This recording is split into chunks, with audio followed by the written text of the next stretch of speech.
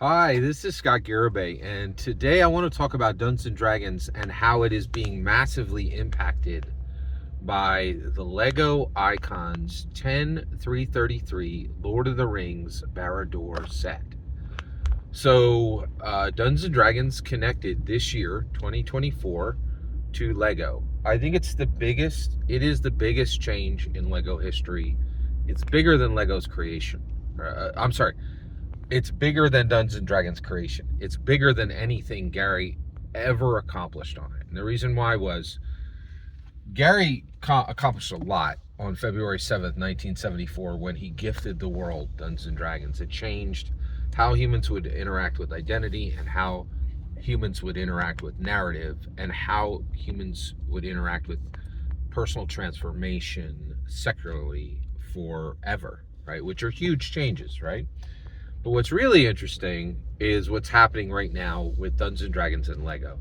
The connection, the click, is incredible because it has to do with our. So what Gary did was very individual. It impacted the individual human.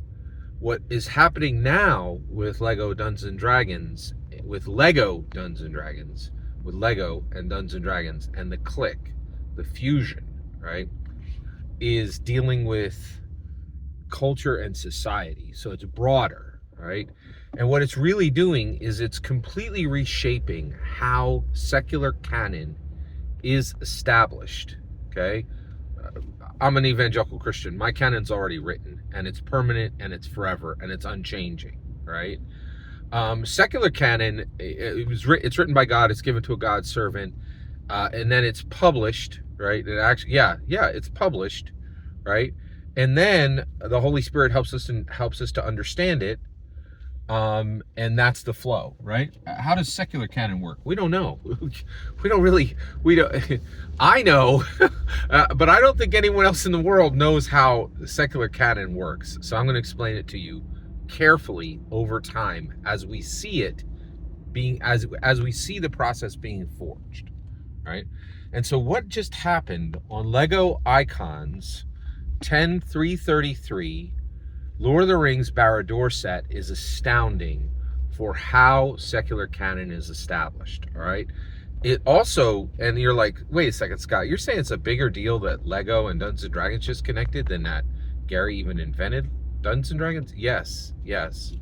And the reason why is, one of the other things is it's transforming human legacy, like what, and speech from the dead. All right, let's talk about this. All right, okay, let's get into this.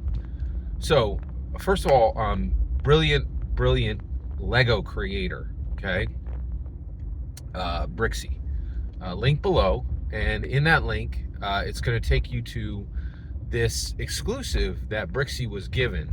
All right, and he's a Lego creator.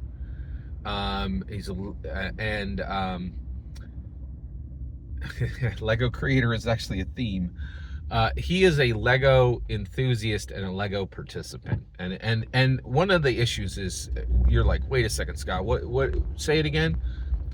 One of the issues that we're dealing with right now, as you listen to me, is we are forging the language to even have these conversations because what's happening is so complex. Okay, so Bricksies gets invited to Lego to see the Barad-Dur set for the first time. And he asks a brilliant question. He says to the Lego designers, they have this huge 5,400 piece life model of Barad-Dur, right? Which a fool would call a Lego toy, right? But increasingly we're understanding as a component of social experimentation. It's not me saying, hey, Lego is a component of social experimentation. Lego said that, right? Like, they're like, hey, here's a social experiment. We have Lego in the middle of it. Like, Lego is openly using Lego as a component of social experimentation. That's not a conversation. That's finished. That's already done, right? It's on their site. Like, it's astounding. Like, they're not even like, Lego is just like, of course, Lego is a fundamental component in social experimentation. Is your stuff not? Or like, and we still got fools on the Dungeons and Dragons side say, oh no, we're just cutting goblins in half and doing beer and pretzel. Nothing we do matters. We're not life modeling. We're not smart. We're not valuable. Nothing we're doing has any significance. And I'm saying no. This is what Gary set into motion on February 7th, 1974. Right? This is the most powerful exploration of human identity, human narrative, and human transformation that's ever happened on the secular side. The only thing that even approaches it happened on the sacred side, right? Like it's incredible. It is astoundingly incredible. All right, Brixie comes in, right? And he says to these Lego designers, he goes, hey, this is fantastic. You built Barad-Dur here, but when we turn this around and we see the dollhouse opening, hey, you just created the inside of Barad-Dur. Tolkien never wrote about the inside of Barad-Dur, and I'm paraphrasing here. You'll see it for yourself. Tolkien never wrote about the inside of Barad-Dur, and Peter Jackson never showed us the inside of Barad-Dur.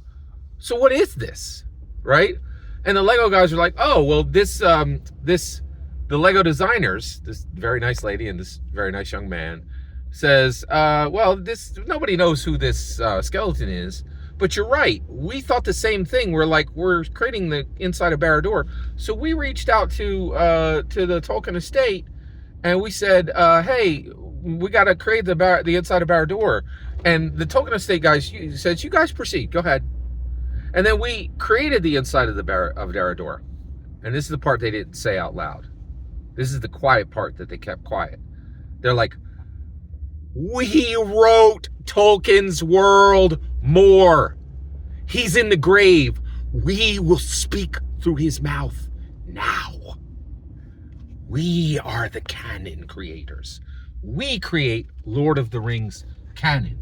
Tolkien is dead, so we use his mouth.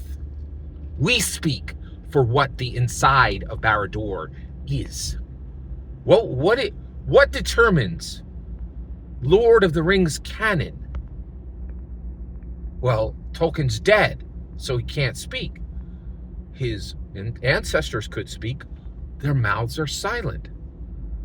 They engaged with Lego, and we were given the task of speaking with Tolkien's dead mouth, creating his now legacy. Do you understand? This is valuable. This canon, created with this Lego icons, 10, 3, 33, Lord of the Rings, Barad-Dur set, tattoo it around your neck because it's new and it's as important as the words Tolkien wrote and the new Tolkien canon. If you want to see Frodo and Samwise and Sauron and the orcs, you will find the new story. You will find the real narrative in Lego. It can't be found in any book because Tolkien's dead. But his estate has given us permission to write the next page in bricks. Do you understand? I know you don't. I know you don't, right? But I do, and I see what's happening, right? And I've been telling you this has been happening on Dungeons and Dragons for years, and nobody even understands how Dungeons and Dragons is fundamentally reshaping Death Legacy, reshaping human narrative, reshaping and adding to the most valuable stories humans have ever written. And nobody even understands what's happening. Redbox Warrior is a woman. Fools wrote articles and said there was a gender swap. There was no gender swap. The gender had never been established, right?